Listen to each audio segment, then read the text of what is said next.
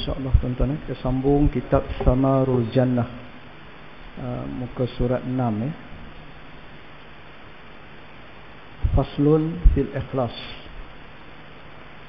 A'udzu billahi samil alim minasy syaithanir rajim. Bismillahirrahmanirrahim. Assalamualaikum warahmatullahi wabarakatuh. Al-Fatihah. A'udzu billahi minasy syaithanir rajim. Bismillahirrahmanirrahim. Alhamdulillahi rabbil alamin. Ar-Rahmanir Rahim. Maliki yaumiddin. Iyyaka na'budu wa iyyaka nasta'in. Ihdinas siratal mustaqim. Siratal ladzina an'amta 'alaihim ghairil maghdubi 'alaihim waladdallin.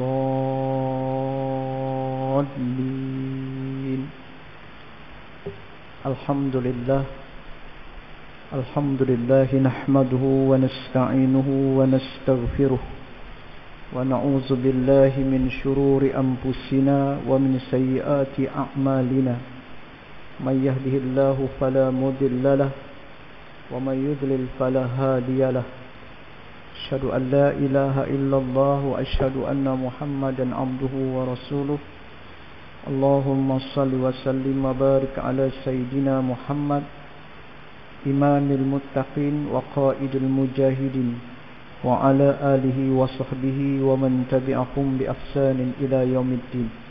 Subhanaka la ilma lana illa ma 'allamtana innaka antal alimul hakim.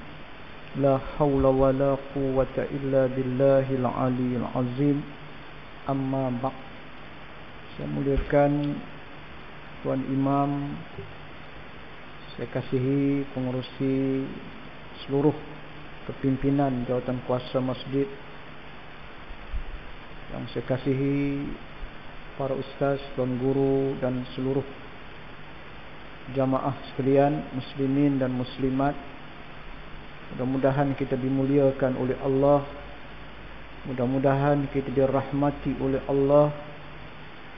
Mudah-mudahan umur kita sentiasa dalam keadaan diberikan keberkatan, kerana kita menggunakan umur kita yang masih ada ini untuk kita melakukan sesuatu yang terbaik dalam kehidupan kita, bukan sahaja di dunia, bahkan juga di akhirat. Apatah lagi kita sekarang ini sampai pada bulan yang penuh dengan kemuliaan, bulan Ramadan. Hari ini kita start berpuasa 1 Ramadan, dan insya-Allah mudah-mudahan kita terus istiqamah, sebab kita yakin Nabi sallallahu alaihi wasallam menyatakan bahawa setiap amalan sunat yang kita lakukan pada bulan Ramadan diberikan pahala fardu. Tuan-tuan, walaupun benda itu sunat tapi pahala fardu. Sebab tidak boleh kita samakan pahala sunat yang dengan pahala fardu, kerana amalan fardu itu lebih besar pahala dia. Contoh tuan-tuan, kita duduk dalam pengajian walaupun setengah jam, dengan kita solat sunat 700 rakaat, pahalanya tak sama dengan kita duduk dalam pengajian majlis ilmu. Bayangkan, kita buat pada bulan Ramadan benda yang wajib. Menuntut ilmu ni wajib. Talabu ilmi faridatun ala kulli muslimin wal muslimat. Menuntut ilmu tu wajib bagi muslimin dan muslimat. Bila sebut wajib, kita dapat pahala wajib. Buat pada bulan Ramadan, sudah pasti pahalanya berkali-kali ganda daripada bulan-bulan yang lain. Tapi kerana kita ini dalam keadaan kita tidak memahami dan tidak dapat melihat betapa besarnya ganjaran. Itu dalam kitab Samarul Jannah ni dimulakan dengan yakin. Dia mula dengan yakin ini. Bila yakin ni, maknanya kita dah faham ini ajaran Islam. Meyakinkan kita bahawa kita kena mempersiapkan bekalan. Bekalan kita mungkin kita tak nampak. Macam kita nak pergi ziarah anak kita dekat KL ataupun dekat mana-mana tempat, maka kita siapkan bekalan. Pakaian untuk kita pakai dalam tempoh seminggu. Duit, kurang-kurangnya kita ada duit untuk kita berbelanja. Kita nak pergi menunaikan haji, kita siapkan bekalan. Sepanjang 40 hari, 44 hari musafir kita di Makkah Al-Mukarramah. Betul lagi kita di perkampungan akhirat, perkampungan yang kekal untuk selama-lamanya. Tiba-tiba kita tidak membawa bekalan, tak membuat persiapan. Maka apabila tiba-tiba kita dijemput dalam keadaan kita sudah tidak bersedia untuk menghadapinya, saat itu baru kita merasakan alangkah ruginya. Kenapa dan mengapa kita tidak mengambil peluang dan kesempatan ketika mana kita hidup di atas muka bumi Allah Subhanahu wa taala. Allah berikan kepada kita akal, Allah beri kepada kita hati, tetapi kita tak berfikir dengan akal yang waras, dengan hati yang terbuka.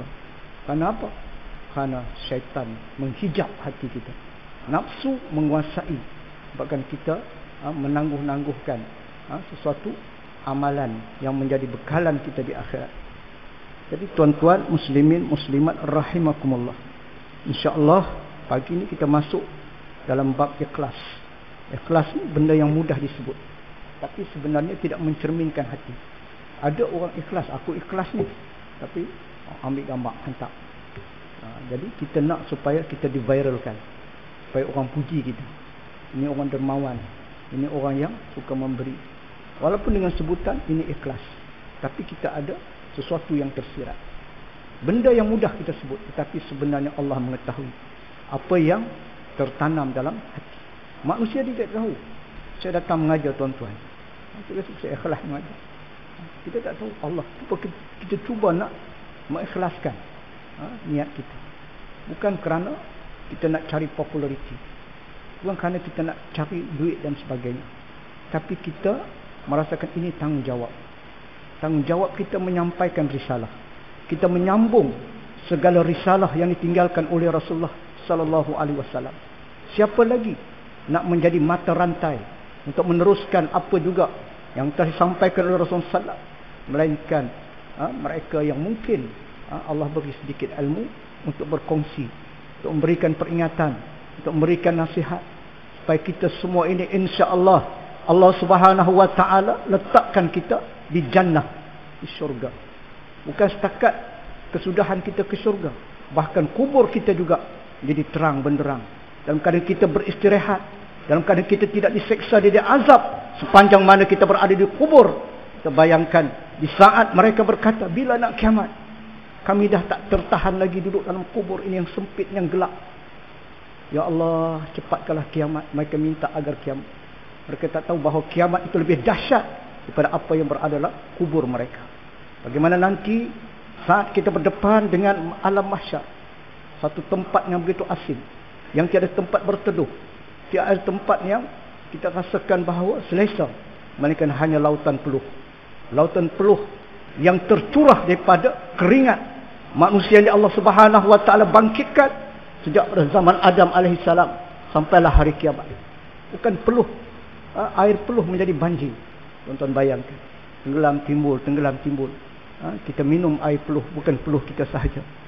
Ketika itu ada segelintir di kalangan umat yang Allah Subhanahu wa taala letakkan di atas satu singgah sana. Disebut mereka duduk di bawah lindungan aras dalam keadaan yang lain pakai cemburu. Siapakah mereka ini? Maka disebut bahawa mereka adalah orang yang mencintai masjid, orang yang bertemu dan berpisah kerana Allah. Hati kita terpaut untuk kita sentiasa datang ke masjid, mengimarahkan. Bukan kerana Ramadan, tetapi setiap masa hati kita sentiasa mencintai rumah Allah Subhanahu wa taala. Innama ya'muru masajidallah man amana billah wal yaumil akhir. Allah sebut dalam Quran, mereka yang sentiasa mengimarahkan rumah Allah itu, merekalah yang benar-benar beriman kepada Allah dan hari akhirat. Tidak ada paksaan, tidak ada sebab faktor lain melainkan kehendak. Kita diberi nikmat iradah, berkehendak.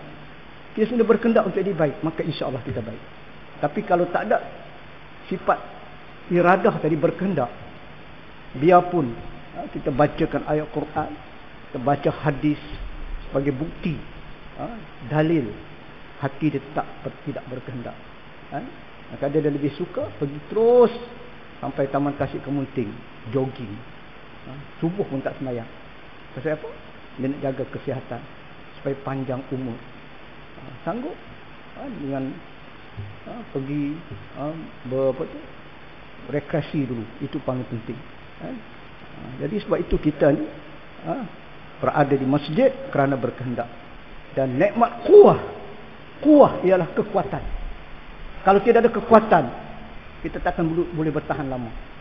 Mungkin kita rasa dah malam tadi malam sahur balas 4 pinggan. Takut lapar, balas 4 pinggan tuan. Assalamualaikum warahmatullahi. Balik nak tidur balik. Nak memproses tek mata. Kerana apa? Kerana nafsu kita. Jadi kita tak ada kekuatan. Jadi kekuatan kita nak cari pahala. Mungkin tahun depan kita dah tak ada peluang. Kita bayangkan ini Ramadan. Start lepas 1 Ramadan. Kita nak istiqamah sampailah penghujung Ramadan. Kita nak ambil peluang sebanyak mungkin yang telah Allah janjikan. InsyaAllah. Sebab kita tak pasti. Saya pun tak pasti tahun depan. Ramadan tahun depan sama ada saya masih boleh bersama-sama lagi ataupun kita dah tak ada lah. Jadi tuan-tuan, nikmat kuah. Dan yang ketiganya ialah nikmat 24 jam kita ada waktu dengan Allah. Kita ada Allah, tapi kita tak bagi waktu untuk Allah. Kita sibuk dengan kehidupan kita sampai kita lupa bahawa Allah juga ada hak yang kita kena tunaikan. Inna li rabbika 'alaika haqq. Walaupun sedikit memadai bagi Allah kerana dia tahu kita ni lemah. Kita ni lemah. Jadi waktu pagi ataupun waktu malam selalu kita dekatkan diri kita dengan Allah. Dan lazimkan olehmu akan diberi akan diri kamu, hai saudaraku, dengan mengelokkan niat dan ikhlas. Wa ma umiru illa liya'budullah mukhlishina lahu. Dia akan perintahkan kepada kamu, kata Allah, melainkan mengikhlaskan akan niat. Dan disebut ikhlasnya dan memikir padanya sebelum masuk pada amal. Maka bahawasanya asal bagi amal dan segala amal itu mengikut baginya pada elok dan keji dan pada sah dan fasad. Jadi amal ini tuan-tuan, bagi amalan kita mengikut apa yang benda yang elok. Kalau elok hati kita, eloklah amalan kita. Kalau keji, hati kita ni dia sentiasa memberi sesuatu arahan. Kalau keji, maka kejilah amalan kita. Itu juga benda yang sah, benda yang fasad. Fasad ni benda yang kita kata jahat, yang merosakkan kita. Sebab itu Nabi SAW sebut dalam hadis, innamal a'malu binniyat wa innamal likulli imri ma nawa. Dan Nabi sebut dalam hadis ini, sesungguhnya segala amalan itu dengan niat, dan sesungguhnya bagi tiap-tiap seorang barang yang ia niat. Maka niat itu berpahala. Tuan-tuan, start lepas kita sahur, kita berniat, ya Allah, aku nak datang masjid, solat berjemaah di masjid. Terus malaikat tulis. Belum lagi kita buat, belum lagi jadi amalan, tapi Allah dah tulis pahala.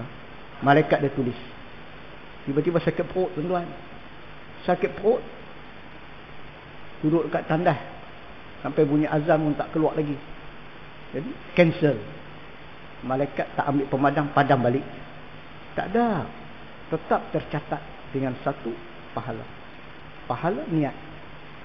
Kalau kita berniat untuk buat jahat, kita berniat nak buat maksiat, niat, malaikat tak tulis. Tak tulis. Walaupun niat, tapi malaikat tak tulis. Sehingga kita pergi ke tempat maksiat.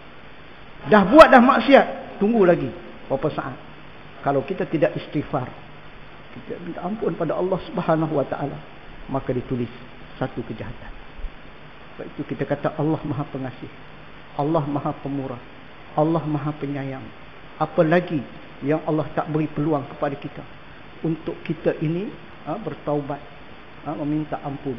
Maka setiap dosa yang kita lakukan, maka kita bermisal balik, Astaghfirullahalazim. Habis. Malaikat tak tulis.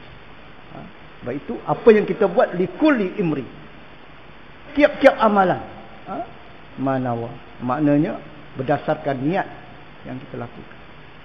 Jadi tuan-tuan, sebab itu kita melihat para sahabat-sahabat Nabi yang berhijrah.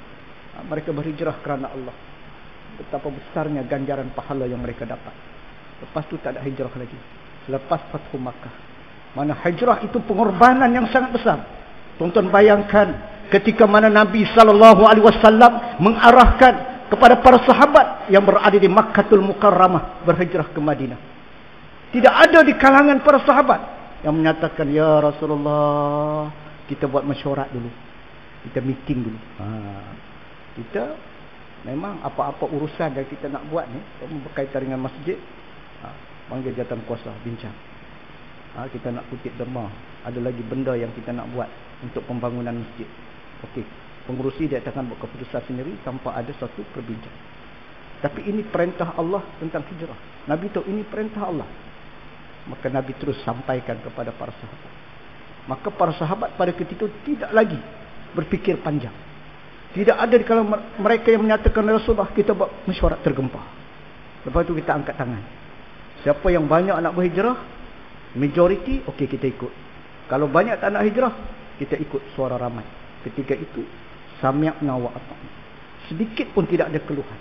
Kita bayangkan Nabi sallam menyatakan, tinggalkan segala-galanya. Mereka tinggalkan rumah tempat kediaman, mereka tinggalkan kebun-kebun dan harta yang telah mereka usahakan. Kita bayangkan bagaimana mereka pergi ke Madinah sehelai sepinggan. Andai kata masih ada perintah hijrah berlaku kepada umat di akhir zaman ini, saya ingat kita semua pakat tak nak pindah, tuan-tuan. Kita duduk elok kat bawah tempat ni, kan? Kaum pasir, tiba nak kena keluar, tinggal kebun sawit. Kena pula sawit mahal, 1 tan 1,300. Kita duk pick up balik, aku nak pindah ni, nak cari apa ni, rezeki apa. Kita duk pick up sempit rezeki. Kereta tak boleh bayar lagi, rumah 500,000 kat 5 juta, nak tinggal rumah kita, tuan-tuan, kan? Kebun musang king tak nak tinggal, kan?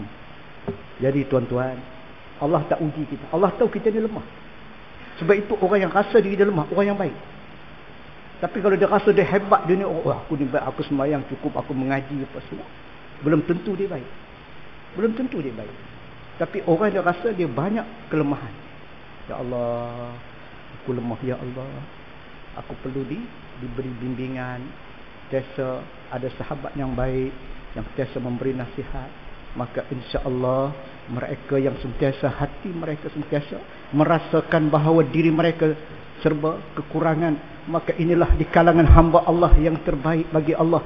Kita melihat bagaimana para Nabi sallallahu alaihi wasallam, Nabi Adam sendiri 300 tahun dia berdoa, dia minta ampun kepada Allah Subhanahu wa taala. Nabi Adam ni, tuan-tuan, Nabi Adam Rasul, bukan orang lekeh macam kita.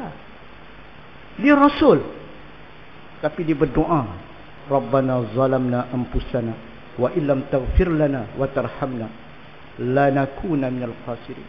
Ya Allah, aku zalim pada diri aku sendiri. Sekiranya engkau tidak ampunkan dosaku, aku termasuk di kalangan hamba yang rugi. Mana ada dosa, tuan-tuan? Maksum. Nabi Adam tercampak ke dunia pun sebab kerana Allah jadikan khalifah. Sebabnya dia makan buah kuldi. Tapi dia merasakan itu kesalahan besar, yang menyebabkan dia kata dia zalim. Kita banyak dosa, tuan-tuan. Banyak sangat dosa kita. Tapi hati kita keras, kita degil saat kita masih sehat.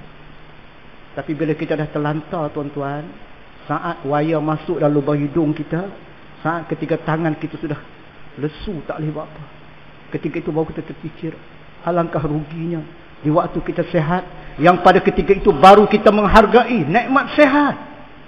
Bisik dekat anak, kan? Nak berdiri tak boleh dah, nak bangkit tak boleh. Man, pergi panggil Pak Imam nak jumpa. Anak pun pergilah masjid, bisik dekat Pak Imam. Pak Imam, abah sakit, nak jumpa. Pak Imam ni baik, tuan-tuan, baik sangat-sangat. Dia pun tahu dia ni rumah dekat dengan masjid, tapi tak pernah datang masjid pun, tak pernah jemaah pun. Tapi kerana tanggungjawab, pergi ziarah, dalam keadaan sampai-sampai, tuan-tuan, tengok dok terlantar sakit. Dia pegang tangan dia Pak Imam, tolong bacakan Yasin. Tu ayat mata duk meleleh. Pak Imam, tolong bacakan Yasin untuk saya. Mudah-mudahan Allah panjangkan umur saya nak kembali sihat. Baru dia merasakan nikmat sihat. Pada ketika itu, Pak Imam kata tak apa, insya-Allah. Balik, kumpulkan jemaah, buat baca Yasin. Masa tu tuan-tuan, baru kita mengharapkan sesuatu. Kerana kita tahu bahawa setiap manusia ni seperti putaran. Dia akan berpusing. Waktu sihat, ada waktu dia sakit. Waktu senang, ada waktu dia susah. Maka bila kita ingat Allah sentiasa, maka Allah sentiasa lebih mengingati kita. Wala takunu kalladzina nasullaha ansahum anfusahum ulaika humul fasiqun. Janganlah kamu menjadi orang yang melupakan Allah. Kelak di akhirat nanti Allah akan lupa kepada kamu. Maknanya ketika saat Allah bagi sakit, mana Allah kasih, Allah sayang. Yang doktor anggap, wah aku ni selalu sakit, sekejap pergi hospital, sekejap pergi cek jantung. Makna Allah sayang tu. Itu merupakan tanda Allah masih bagi peluang dan kesempatan. Ini mati mengejut. Sehat tuan-tuan, tak pernah sakit. Makan lalu, badan cek pun darah tinggi tak ada, kencing manis tak ada, kolesterol pun okey. Tiba dia mati. Kita rasa pelik, kita kata dia sehat, duk menyangkui tu. Saya kadang-kadang jumpa ada sahabat yang kuat tenaga, dia sehat. Kadang-kadang kita pun rasa cemburu. Sebab kita ni kadang-kadang ada ketikanya rasa badan tak apa nak semiak lah. Badan tak apa nak okey. Tapi dia sehat tu, umur dekat 80 tahun. Boleh cangkul lagi. Dia pun mati. Mati secara mengejut. Sampai ajal dia. Okey. Kemudian kita kata dalam hadis tadi, innama a'malu binniyat.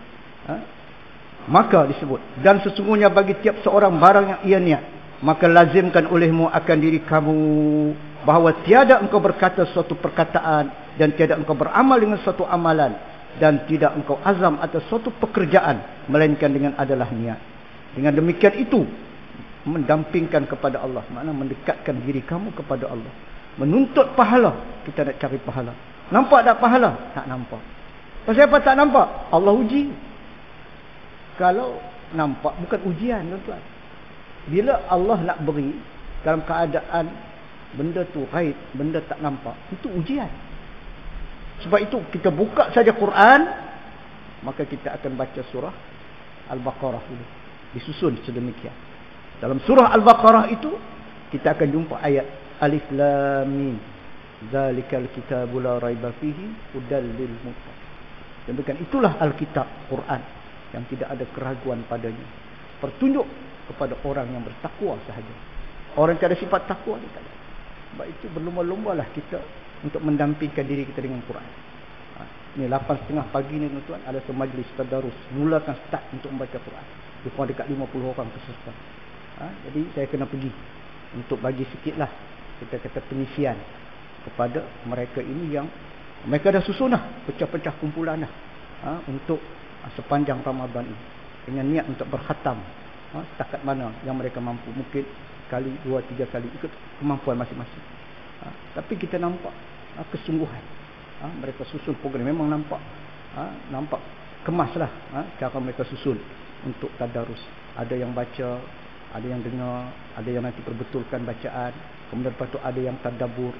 Maknanya bukan kita baca begitu sahaja dalam keadaan kita tidak mengambil manfaat daripada Al-Quran. Sebab Quran bukan setakat tulisan. La yabqa minal Quran illa rasmu. Akhir zaman kata Nabi, tak tinggal Quran itu melainkan hanya tulisan saja. Kita baca tapi tak amal apa yang ada dalam Quran. Maka sebab itu saya bagi tahu bahawa baca, walaupun kita baca sikit-sikit, tapi dalam keadaan kita tahsinul Quran, baca dengan baik, dengan elok. Di samping itu ada yang menterjemahkan dan membaca segala tafsir dia. Maka insya-Allah tuan-tuan, jadi dia diberikan pahala. Pahala yang sangat besar yang kita tak nampak. Ketahuilah olehmu bahawasanya tidak patut mendampingkan diri kepada Allah Ta'ala melainkan dengan barang yang mensyaratkan ia akan dia atas lidah Rasul. Kita buat mengikut hukum syarak. Tak boleh kita pandai-pandai sendiri tuan-tuan. Tak boleh kita menghalalkan yang diharamkan. Saya pergi dekat sebelah sempurna ni tuan-tuan, Tawau dulu. Saya tengok adalah orang yang kerja ke laut ni. Dia ni ke laut. Dia hidup dia atas sampan. Dia sampan. Dia kalau dia naik atas darat, dia mabuk. Kita mabuk laut, dia mabuk darat. Dia tak boleh berjalan. Dia macam jalan pun nampak macam pelik je tuan-tuan. Dia naik atas darat ni, dia cuma boleh rokok je. Boleh rokok. Lepas tu dia cepat-cepat pergi dekat. Bila nak kahwin, dia kena cari bot lain. Pindah pula bila nak berumah tangga. Jadi ada kalangan mereka ni Islam. Dan mereka ni bila nak tangkap ikan, tuan-tuan, mereka akan minum satu minuman daripada Filipin, buatan daripada Filipina. Jadi kita tahu itu arak. Kita bagi tahu arak ni tak boleh minum. Dia kata kalau kami tak minum, kami tak mampu, tak ada kekuatan nak tarik ikan. Jadi benda tak mabuk tak apa, dia kata. Kita tak boleh tuan-tuan. Kalau kata Allah sebut haram dalam Quran qat'i, biar pun tak mabuk, tetap haram. Innamal hamru wal maisir wal ansab wal azlam rijsun min amali syaitan. Itu hukum dia, sumber. Itu kata hukum syarak. Tak boleh kita pandai-pandai sendiri. Kita kata Allah kata haram, kita kata okey, tak mabuk tak apa. Tak mabuk tak apa. Zina haram, tapi suka sama suka tak apa. Boleh ke tuan-tuan? Hukum zina tu haram kan, tapi kita ubah. Kita kata suka sama suka. Tak ada masalah. Tak boleh lah tu. Jadi kadang-kadang banyak yang tak faham. Kadang-kadang bila kita tegur, ada yang sensitif, marah. Dia kata ustaz ni kena hukum perang. Bukan soal hukum, tapi itu adalah merupakan hukum syarak. Hukum syarak yang tak boleh kita kira bicara, tak boleh. Itu jelas. Qat'i disebut dalam. Macam di Indonesia kan, saya pergilah. Mereka suka makan macam keju tu, tapi keju tu tuan-tuan daripada darah lembu yang dibekukan. Dibeku dia buat macam keju. Jadi bila dia masuk sengkong ni pucuk ubi, dia akan potong ketulan keju tadi macam darah beku lah masuk. Itu haram tuan-tuan. Sebab darah tu najis. Hukum dia najis. Mana dalil dia? Allah berfirman, "Hurrimat alaikum al-maitah wad-damun wa lahmul khinzir." Diharamkan atas kamu maitah, bangkai, darah dan juga daging babi. Kan sebut terang dalam Quran. Tak ada kiasan apa sebut, tak ada. Adapun yang kata kiasan itu benda yang Allah tak sebut, tapi dia punya sifat dia lebih kurang sama. Dadah. Contoh dadah. Haram tak? Haram. Kan? Haram dadah. Dia merosakkan akal. Sebab hukum kias kepada Arab. Itu penyanyi yang kena tangkap tu. Tanam ganja tu kan. Selama ini ku mencari-cari. Lagu tu. Saya ingatkan. Brothers. Yasin. Dia tanam ganja. Mungkin untuk perubatan apa semua. Dia tahu Allah alam lah kan. Tapi kena tangkap lah. Maknanya kena tangkap. Dan itu kes lah. Kita maksud lah. Kes mahkamah dan sebagainya. Tapi kenapa diharamkan? Karena kita menyalahgunakan. Tapi bila tidak disalahgunakan, contoh dalam perubatan, tuan-tuan nak di operation, kan? Operation. Tentu kita kena bius sudah ada. Kalau kita nak samakan orang Arab, tak jadi. Arab apa benda pun tak boleh. Tak boleh. Kecuali darurat lah. Tapi bab dadah ni, morfin, ganja apa semua, untuk keadaan, untuk perubatan. Itu segi hukum. Dia segi hukum. Pokok ganja. Ketum. Biasa dulu ketum, daun ketum. Untuk sedapkan makanan. Tapi bila disalahguna, banyak orang salah guna. Dulu masa saya kerja, selalu pergi camp kan, motivasi pelajar kan. Pelajar kolokium, pelajar yang ada masalah di sekolah ni. Sekolah kita pergilah kan, tengok kan. Kita dapat maklumat lah. Sebab mereka tak ada duit nak beli. Beli dadah tak beli. Cari lembu ya, senang cari lembu tuan-tuan. Masa lembu nak berak tu, tunggu. Tunggu lembu tu berak. Rupanya najis lembu, dia ada gas. Kita tak tahu. Budak cerdik dia tahu, sebab dia pandai pula dah. Tunggu. Jatuh saja najis tu, lembu jatuh, dia pekuk dengan tangan. Sedut tuan-tuan. Hilang mata hitam, tinggal mata putih tu. Sampai lembu pun takut nak berak tengok orang tu. Ada kat tak ada. Itu contoh kita beritahu contoh. Dia rosakkan akal. Benda kena faham tentang hukum. Bila Allah sebut kata ini jelas Quran, tak boleh kita pertikaikan. Tak boleh kita la raiba fihi hudal lil muttaqin. Tak boleh ragu. Yang dia kata tu dadah tu sama. Ya, dadah tu memang haram. Betul haram hukum dia, tetapi dia ada kiasan pula. Kalau sekiranya kita tidak menyalahgunakan untuk perubatan. Doktor-doktor pakai ubat-ubat kadang-kadang banyak yang ada kita kata dadah dia kan. Untuk mengurangkan rasa sakit dan sebagainya. Jadi maka sebab itu tuan-tuan, niat yang sebenar ada pekerjaan mubah, ada yang harus, ada yang haram. Maka jadi ia kebajikan. Kadang-kadang benda tu harus je, tapi bila kita niat dengan baik, dia jadi satu kebajikan. Dia jadi pahala, tuan-tuan. Benda harus jadi pahala. Pakai baju ni kita kata maknanya benda tu asalnya haruslah kan, tapi bila tutup aurat jadi wajib. Jadi wajib tutup aurat. Pakaian tu harus kan.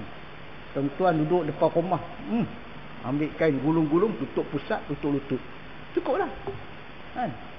Tak berdosa. Dosa tak? Tak berdosa. Kecuali tuan-tuan pakai seluar spender ya, kalau tak boleh dah. Duduk steady setiap mak saleh duduk jemuk dekat ni. Baik itu saya kalau nak ada masjid-masjid kata kami hujung tahun kami bawa AJK semua pergi buat lawatan.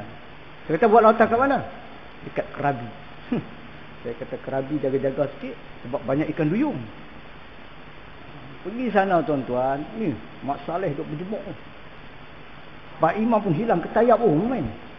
Cuba ketayap pun tak ada dah. Pasal apa? Tu dah. Jadi maknanya bila menampakkan aurat seseorang itu dah haram. Jadi pada hukum asalnya harus. Makan harus tak? Harus. Tak makan pun tak apa, berdosa. Kalau tak makan, tak berdosa, harus. Tapi boleh jadi wajib. Andai kata kalau tak makan kita mati, maka wajib. Ada sunat. Kerana untuk kita solat jadi kuat tenaga kita. Kita boleh pergi ke masjid. Kita lapat berjalan. Pasal apa? Kita makan makanan yang berkhasiat. Jadi sunat, benda tu sunat. Asal hukum mubah. Hukum dia harus, tapi dengan niat. Niat itu mengubah kedudukan. Jelas kan? Mengubah kedudukan. Sebab itu kita nak jadikan semua benda-benda harus jadi sunat. Jadi tuan-tuan masuk masjid harus, tapi tuan-tuan masuk saja, tuan-tuan baca doa dengan kaki kanan, jadi sunat. Duduk sekejap, niat iktikaf. Duduklah dalam masjid, harus, tak ada apa-apa. Tapi dengan iktikaf itu jadi sunat. Kita dapat pahala sunat. Sepanjang masa kita dalam masjid, sunat. Hatta kita tidur dalam masjid pun, kita duduk berubah kat belakang tu pun sebab kita ada niat iktikaf. Itu niat kita. Tapi kalau tuan-tuan tak berniat, tak ada apa. Jadi harus je lah kan. Kita musafir, kita penat, kita pergi duduk kat belakang. Dengan iktikaf pun, niat iktikaf pun kita tak niat, harus kan? Ada ketika dia haram. Haram pula dalam keadaan kita bernajis, datang ke masjid dalam keadaan kotor. Dia haram. Jadi itu segi hukum yang telah ditentukan. Dan disebut mereka yang berniat ia dengan makannya, dengan berkuat. Niat makan kerana untuk jadi kekuatan atas taat akan Allah Ta'ala, maka dia disunat. Dan dengan mendatangkan ahlinya, akan sebab pada dapat anak. Maknanya kita bersama dengan isteri itu jadi sunat. Sunnah. Sunat. Untuk tujuan kita dapat anak untuk menyambung kita punya keturunan kita. Yang mengibadatkan akan Allah Ta'ala dengan tujuan untuk beribadat. Dan disyaratkan bagi yang berniat itu bahawa adalah dengan dia amal itu, maka barang siapa menuntut ilmu, macam kita ni duk mengaji, tuntut ilmu misalnya, dan menyangka ia akan bahawasanya niatnya pada mendapatkan akan dia beramal dan mengajar ia. Niat untuk kita beramal, bukan setakat untuk beramal. Nanti kita juga boleh mengajar anak-anak kita. Ni abah nak bagi tahu. Ni ustaz duk cerita macam ni. Kita sampaikan pula ilmu yang kita dapat untuk kita didik anak kita, didik isteri kita. Maka dia menjadi satu pahala, menjadi satu benda yang kita sunat. Kita menyampaikan pula apa yang kita ketahui. Maka jika tidak berbuat akan yang demikian itu pada ketika makan daripadanya, maka bermula niatnya tidak sebenar. Makan tu untuk nafsu. Jadi nafsu lah. Kan? Niat dia bukan kerana Allah Subhanahu Wa Taala. Seperti mereka yang menuntut dunia, yang menyangka akan bahawasanya sesungguhnya menuntut ia akan dia, kerana terkaya pada manusia dan bersedekah atas segala yang berhajat. Baik itu tuan-tuan. Kadang-kadang manusia ni mudah sangat menghukum. Tengok ustaz tu, kata dia, kata mahal yo. Yang dia marah pasal apa? Dia pada rezeki yang dia dapat, dia datang ke masjid guna untuk kemudahan. Sebab itu saya tak kisah tahu pakailah kereta mewah, tapi ke masjid, bukan dekat kelab malam, bukan tempat karaoke, dekat masjid. Jadi gunakan segala dunia ini untuk akhirat. Jangan kita dok berasa ini dunia semua ni. Betul tak dicari dunia? Dah. Saya bagi tahu, saya kata kalau Allah bagi saya kaya lah, saya nak beli helikopter. Tapi tak mungkin lah tuan-tuan kan. Senang. Hello ustaz ni, kami nak panggil ustaz kuliah. Mana? Johor. InsyaAllah setengah jam saya sampai. Tapi tak boleh. Yang baru ni kan, bukan barulah 4-5 tahun dah telefon belah kulim dah. Suruh kuliah subuh, tuan-tuan bayangkan. Dia ingat kemunting nak sampai ke sana, ingat dalam sejam lah kot. Saya kata, biar betul. Subuh-subuh saya nak bangkit pukul berapa kan? Saya balik sampai rumah pun ada dekat pukul 12. Itu pun belum tentu saya boleh tidur lagi. Tiba-tiba nak kena pergi awal pula nak pergi. Saya kata, Ustaz mari masjid kami, Ustaz berbaloi, Ustaz berbaloi. Saya kata baloi. Masa tu fikiran untuk fikir macam-macam. Lepas ni baloi ni kita duduk nampak benda tu lah. Mungkin dia nak bagi kita duit banyak lah tu kan, kalau kita main pada jauh ni. Dia kata berbaloi apa benar? Dia kata berbaloi Ustaz sebab Ustaz akan terkejut tengok masjid kami subuh macam hari Jumaat. Jamaah yang datang ke masjid macam hari Jumaat. Penuh, tempat parking penuh.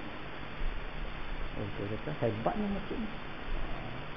Jadi saya kadang teringin juga tuan-tuan, tapi dah memang kita dah tua dah kan, memang tak boleh, saya tak boleh. Malam tuan-tuan kadang-kadang letih sangat, saya tengok jalan bercabang dua. Jangan terus dah, kena berhenti dulu. Kejap mata, bukan lena pun, pergi rehat sekejap 5 minit, lepas tu start balik kata jalan.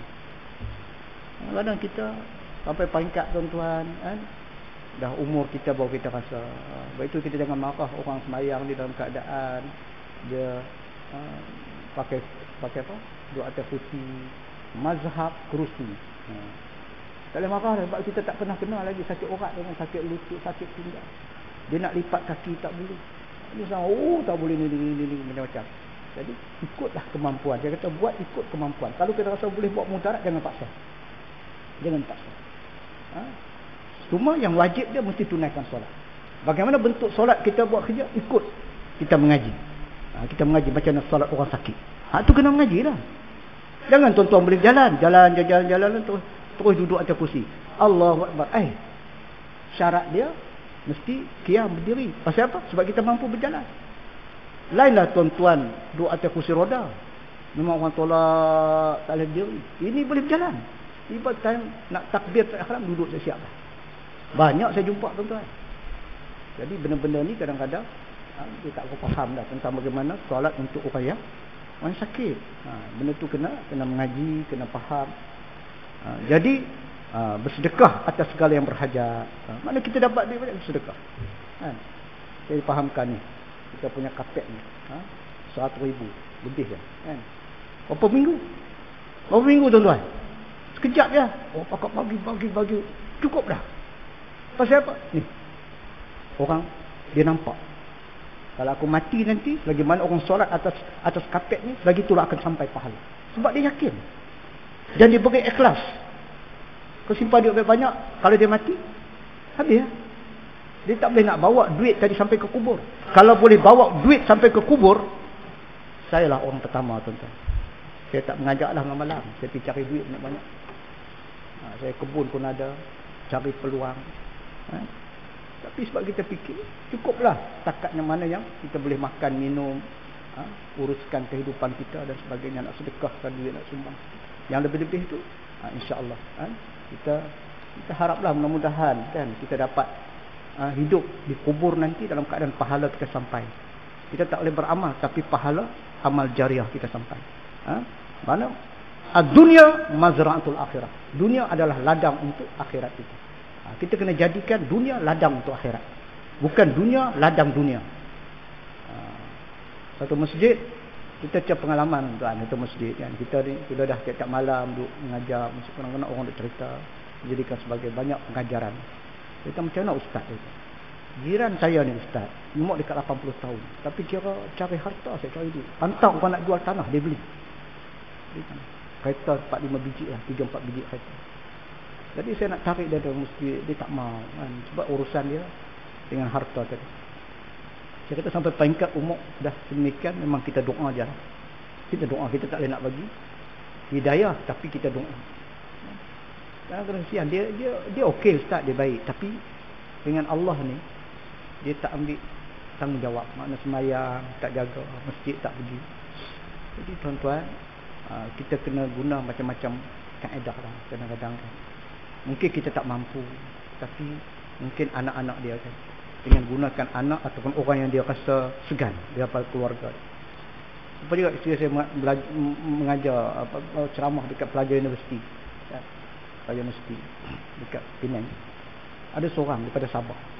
Dia kata, ustaz, saya dah bermusuh dengan mak saya. Dia kata, awal. Sebab bila saya balik, saya tengok mak saya tak pakai tudung. Biasalah orang Sabah ni, dia tak jaga aurat sangat tuan-tuan. Dia pakai kain tutup dada, dia keluar macam tu.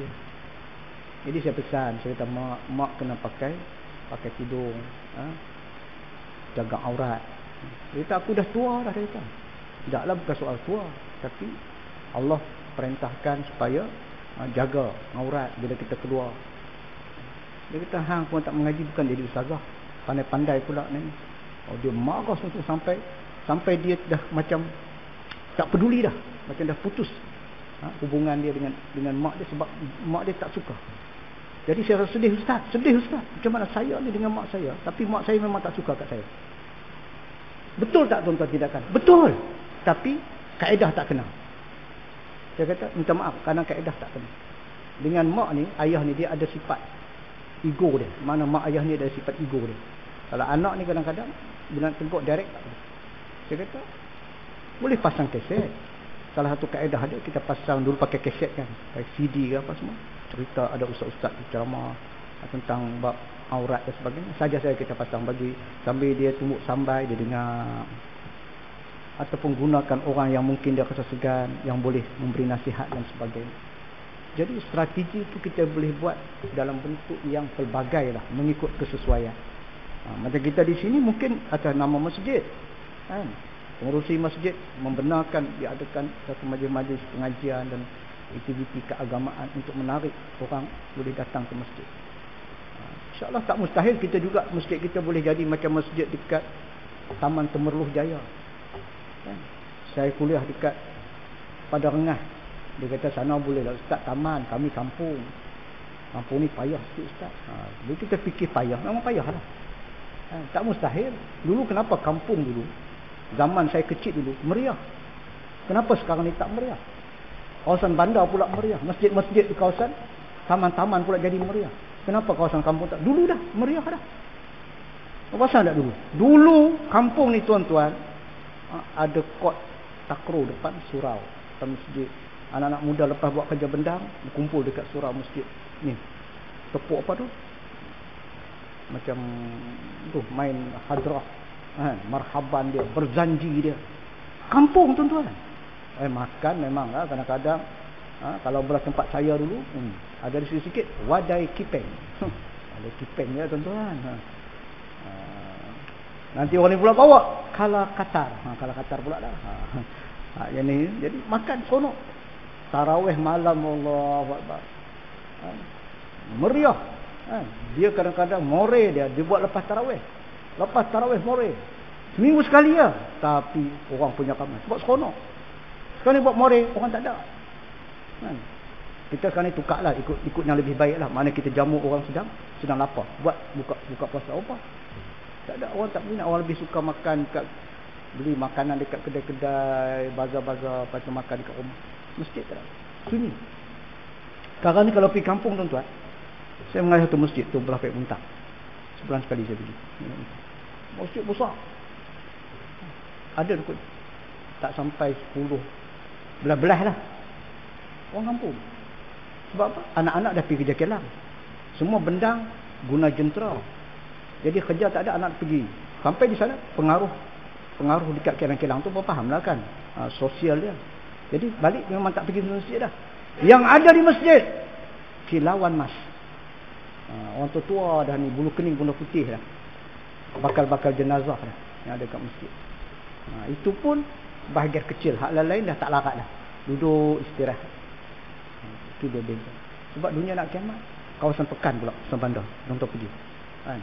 Dan Taiping ni kita tengok alhamdulillah, walaupun kita taklah semeriah macam mana masjid-masjid yang di KL. Sebab saya pergi di sana lepas maghrib, pengurusi masjid bangun. Alhamdulillah tuan-tuan yang dikasihi, kita selesai kuliah maghrib, lepas ni kita solat isyak tuan-tuan ya. Tuan-tuan dibenarkan untuk balik untuk setengah jam saja. Nanti tuan-tuan datang balik masjid untuk hadiri satu kuliah lagi. Kuliah isyak. Saya kata ada lagi kuliah isyak. Kuliah isyak. Kita cuba buat. Tak ada orang. Maghrib isyak tak main dah. Minta maaf lah. Menumpuk. Belah-belah bandar besar. Dia dah jadi macam tu tuan-tuan. Apa juga orang kaya-kaya hari ni? Orang yang duit banyak. Hari ni dia mula ada fikrah. Dia mula ada fikir dah. Aku duit banyak, aku nak buat apa? Yang tak faham dia pergilah taja Gegar Baganza lah, the big stage. Apa yang orang tua-tua tu? Orang tua apa? Kilauan emas. Yang gigi palsu duk goyang-goyang duk menyanyi tu. Kilauan emas. Dia taja. Sekarang ni dia taja apa? Taja program. Taja program. Jumpa saya. Kata ustaz, boleh tak ustaz cari tanah luas sikit? Saya kata dia ni macam nampak tanya tanah ni broker. Dia, saya nak beli. Datuk. Ada lah dekat jalan Asal Kumbang tu tanah tinggal-tinggal ikut nak jual tanah kan. Tanah kan satu lot tu luas. Dia kata kecil. Bawa pergi tengok, kecil. Tapi lain lah dia kata. Kok besar lagi. Tu dekat dengan Pasar Borong. Dekat Bomba tu. Tak silap saya 2,5 ekar. Tahu apa harga dia? 9 juta. Dia katanya okey. Saya kata banyak sungguh. Rupanya dia ada grup. Dia ada geng grup jutawan ni. Kita nak buat, dia kata macam satu kompleks Islam. Kita nak buat satu kedai-kedai yang bentuk ni lah. Kita kata produk halalan tayyibah. Kita nak buat pondok moden. Saya kata ustaz tak cari dana, tak cari duit apa, tak payah ustaz. Kami buat semua, kami serah. Saya kata lain macam nampak ni. 3-4 hari telefon. Dia kata ustaz, dapat satu tanah lagi bagus. Mana pula? Tu dekat TF Jaya dulu. Kementerian Raya. 19 ekar. 9 juta. Harga sama 9 juta. Saya tak letak 100% lah. Benda ni orang boleh berubah tuan-tuan. Manusia ni kita dah hadap banyak dah. Saya kata saya doa je lah. Saya doa mudah-mudahan Allah izinkan ada satu kompleks Islam yang besar, yang ada dewan besar, yang ada pusat pengajian dia, yang ada pengajian pondok dia, pengajian tahfiz dia. Semua kita boleh kumpul kat situ. Kemudian produk-produk Islam kita kumpul. Macam kita pasar-pasar bila kita pergi dekat Madinah, Mekah tu, kita nak susun bentuk dalam Islamik dia.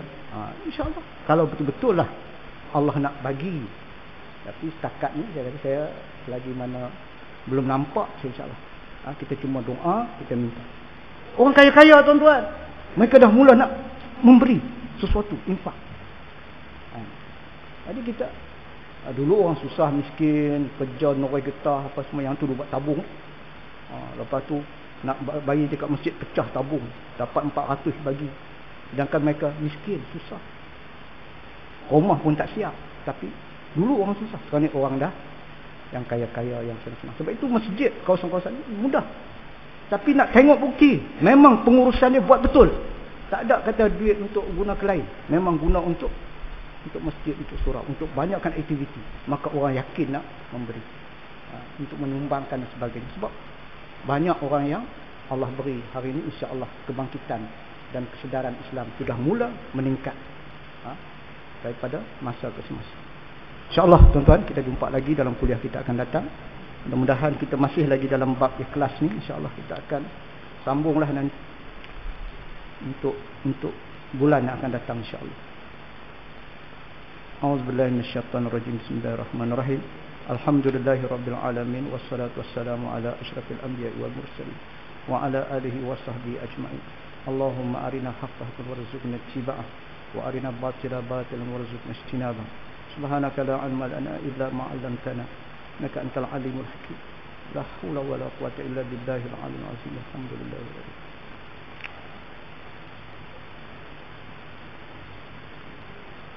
Kita tangguhkan dengan tasbih kifarah surah As.